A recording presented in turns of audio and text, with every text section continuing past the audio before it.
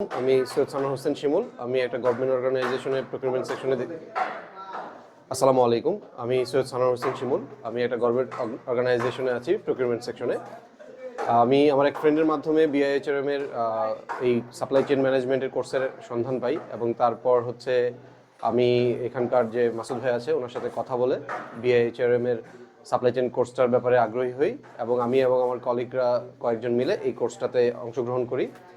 এবং এটা 6 মাসের একটা হেক্টিক কোর্স ছিল। আমি বলবো এখানে প্রচুর পরিমাণে পড়ানো হয়েছে, প্রত্যেকটা সাবজেক্ট সাপ্লাই চেইন ম্যানেজমেন্টের উপর এখানে টাচ করা হয়েছে এবং নলেজ দেওয়া হয়েছে।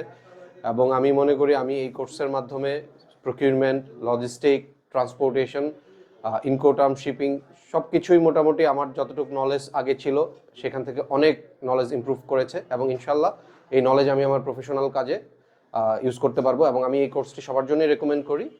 ইনশাল্লাহ বিএইচআরএম এর সর্বাত্মক উন্নতি কামনা করছি। ধন্যবাদ।